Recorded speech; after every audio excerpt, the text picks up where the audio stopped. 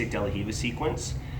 The way that you want to look at this is that the most basic is a stationary trip, and then we start getting into front and back, and then we go side to side, and then we start to cut angles, and then we add inversion to everything. And then basically the more complicated the angle, the more complicated the sweep, but in some ways the more effective the sweep. So our basics from De La Riva. Again, got the knee wrapped up, nice tight hook. I'm trying my best to control his knee, but anytime you're just working with your partner, don't be that guy that's constantly cranking the person's knee over. It just makes things unpleasant. You just find a nice kind of happy medium here. Holding on to the Achilles or the pant leg, I prefer the Achilles. And then my basic grip is going to be sleeve on the leg side. George, Professor Brito, likes the cross grip, and I can tell you from experience is the most frustrating grip to deal with as a guy on top. Okay, but I like to go from here. So basic one, stationary. I give him a small push, and I go for my tripod sweep. Foot to the hip, hook behind the knee. Elevate your hips for extra power on the push. Strong push, everything else pulls, but make sure that you are focusing on ripping this leg. Push him back, he falls. Technical stand up on top and pass it. Next is front and back. Doesn't really matter what sequence you do them in. This time our basic entrance, kick, but I kick and sit up, and I drop my foot down. Again, the difference from Professor Brito is that he likes to keep his foot down for a little more mobility. Personally, I always like to just maintain the distance and keep this foot up and glued. Okay, so from here, my De La Riva hook drops. I hug the knee, head tight on the inside of the thigh here so you can't just stiff arm me and push me away. I'm going to pass the sleeve to this inside hand. We're going for that cuff grip, make sure it's a strong grip. And as long as I have this arm tight, it's very difficult for him to break this grip, or you think you're gonna break your fingers if he rips back. It shouldn't be possible. Shouldn't be, okay? Same side grip on the sleeve or the lapel, nice and high. Then from here, I'm going to just lean back as far as I can, look where I wanna send him, which is to my right at this point. Big thing, just lock this foot in. I don't need to extend hard into it, just don't allow him to step forward. So I just stretch him out, take his base, slide up, and then I don't want to be rotating to try and get to mount because you can see what's going to happen.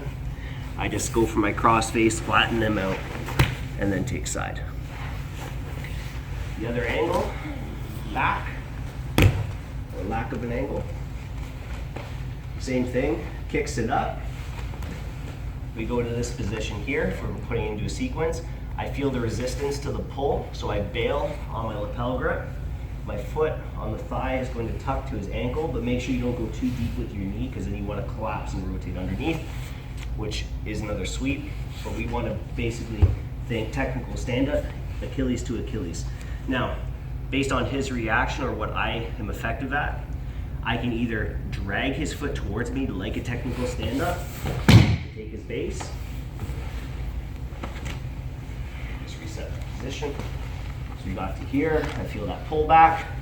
I can just straight up single leg, so I just drive, getting to my feet, and then just finishing with a single. Or,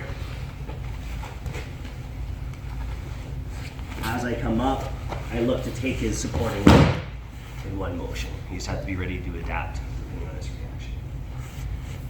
So that's forwards and backwards, and then the first one was stationary. Now, we get a little bit more complicated. If I want to head to his back, we're going to go for an easier variation. A little bit of this berimbolo or back take has a lot of core strength. Not everybody is capable of doing that extension. So what we're going to do is kick it up. Instead of passing the sleeve here, I'm going to stay on the ankle and I'm going to grab for his back. Okay, we rotate. So I kicks it up. Instead of going kind of towards his inside, I sit up with the intention of his back, set my weight on my elbow. Do your best to not just grab the belt, but the gi with it, so it gets welded in place. If I just grab the belt, that belt might spin. Now from here, I'm going to fall behind him, again leading with my head, so I just tuck my heel in. And then once I'm behind him here, this leg is ready to block his hip. So if he tries to rotate towards me, I can just stick it out and block him, but I just want to be fast here. Inside hook in, or outside hook comes in, release, pull yourself behind him, load his weight, and then now all I have to do is lift up and extend my legs. If I kick straight up, he's gonna fall on my face. So I have to extend away from me. Set my hook, seatbelt, and we've got his back.